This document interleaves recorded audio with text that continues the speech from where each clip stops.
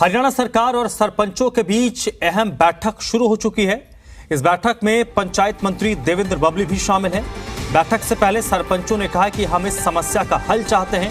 हम उम्मीद कर रहे हैं कि आज बैठक के बाद कोई ना कोई हल जरूर निकलेगा, क्योंकि इस समस्या के कारण गांव का विकास रुक गया है, जिसे जल्द से जल्द शुरू होना चाहिए।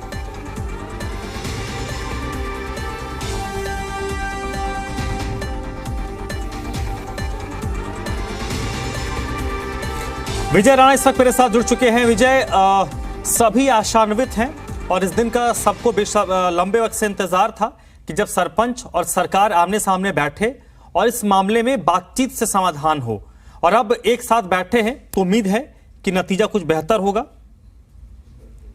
बिल्कुल, उम्मीद तो है कि एक साथ जब बैठे हैं, जब बातचीत का दौर शुरू हुआ है और आरोपों का दौर खत्म हुआ है, तो हो सकता है कोई हल निकल जाए। पंचायत मंत्री यहाँ पर आए हैं और पंचायत मंत्री को भी इस बात का पूरी तरह से उनको समझ है कि सरपंचों की जो मांगे हैं वो क्या हैं और कहां तक इसका हल निकल सकता है। जरूरी बात यह है कि दोनों को एक एक कदम तो आगे बढ़ना ही होगा, चाहे वो सरपंच हैं चाहे वो पंचायत मंत्री हैं।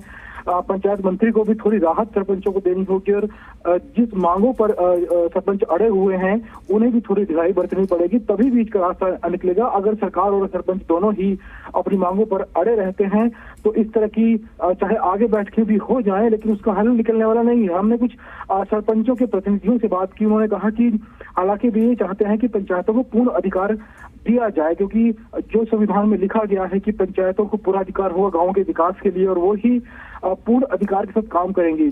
लेकिन उन्होंने यह भी कहा कि अगर सरकार बीच का रास्ता निकालती है तो हो सकता है कि सरपंच मान जाएं, क्योंकि सरपंचों का लक्ष्य है कि पंचायतों के पास अधिकार हो, गांव का विकास हो और गांव के विकास में कोई अड़चन ना आए। तो इस वजह से अगर बीच का रास्ता निकले तो शायद उस पर भी सरपंच सहमत हो सकते हैं। फिलहाल अभी थोड़ी देर पहले ही बैठक शुरू हुई है और देखना होगा कि क्या कुछ सुझाव बैठक में आते हैं और बात जो है वो कहाँ तक पहुंचती है, हल निकलता है या नहीं निकलता है। ये तो पंचायत के जो ये बैठक चल रही है इसके बाद चलेगा पता। फिलहाल जो पूरा कमेटी रूम है वो पूरा भरा हुआ है और 70 से 80 लोग जो हैं वो पहुंचे हैं यहाँ पर।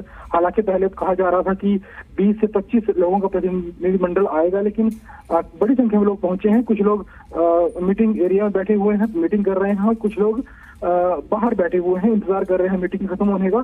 तो देखना होगा कि मीटिंग जब खत्म होती है तो क्या कुछ हल निकलता है, क्या कुछ बातचीत होती है। हो सकता है बैठक के बाद पंचायत मंत्री भी मीडिया से बात करें और पंचायत के बारे में जो ये मीटिंग चल रही है इसके बारे में जानकारी दे पाए। जी ठीक है। विजय, एक महत्वपूर्ण पहलू ये भी है कि जब सरपंच मीटिंग के लिए जा रहे थे तो उनका मूड क्या था, क्योंकि इससे बहुत कुछ क्लियर हो जाता है। जो जेस्चर शो किया जाता है या तो सरकार के प्रतिनिधियों की तरफ से या फिर पंचायत के प्रतिनिधियों की तरफ से, जो लोग इस बैठक में शामिल हुए हैं, एक जेस्चर बहुत कुछ कहानी कहता है कि आप समाधान चाहते हैं या नहीं चाहते। क्या जेस्चर बता रहा था इन लोगों का? जो लोग यहाँ पर पहुंचे हैं साफ तौर पर उनको देखकर ये लग रहा था कि वो समाधान चाहते हैं, तभी वो इतनी बड़ी संख्या में यहाँ पर पहुंचे हैं। 25 लोगों के आसपास यहाँ पर लोगों को बुलाया गया था, लेकिन इसके बाद 70 से 80 लोग हैं, शायद थोड़े ज्यादा ही होंगे, इतने लोग यहाँ पर पहुंचे हैं। और जिन लोगों से भी हमारी बात हुई है उन्होंने साफ तौर पर कहा कि हम इस समस्या का हल चाहते हैं। हम चाहते हैं कि ये जो ये पूरा जो एक सरकार और सरपंचों में जो विरोधाभास पैदा हुआ है ये खत्म होना चाहिए, ताकि पंचायतों को अधिकार मिले और हम अपना काम शुरू कर सकें। तो इस तरह से उन्होंने कहा कि कोई ना कोई कदम जरूर सरकार की ओर से बढ़ाया जाना चाहिए। जिस तरह की लिमिट सरकार ने लगा दी है, ई टेंडर की शर्तें, जो इतनी सख्त शर्तें खड़ी कर दी हैं, उसको देखकर सरपंच नाराज हैं। उनका कहना है कि अगर सरकार जो है वो अधिकारियों पर विश्वास कर सकती है तो हम जनप्रतिनिधि हैं, लोगों ने चुनकर भेजा है, तो हम पर सरकार विश्वास क्यों नहीं कर रही। हमारे ऊपर एक ऐसा ठप्पा क्यों लगा दिया गया है कि सरपंच भ्रष्टाचारी हो सकते हैं, इसीलिए उनको अधिकार नहीं दिए जाने चाहिए। तो इस तरह की बातें हैं जिनसे सरपंच काफी नाराज हैं। ठीक है, अगर जी चलिए विजय, बहुत बहुत शुक्रिया आपका इस पूरी बातचीत के लिए, पूरी जानकारी के लिए।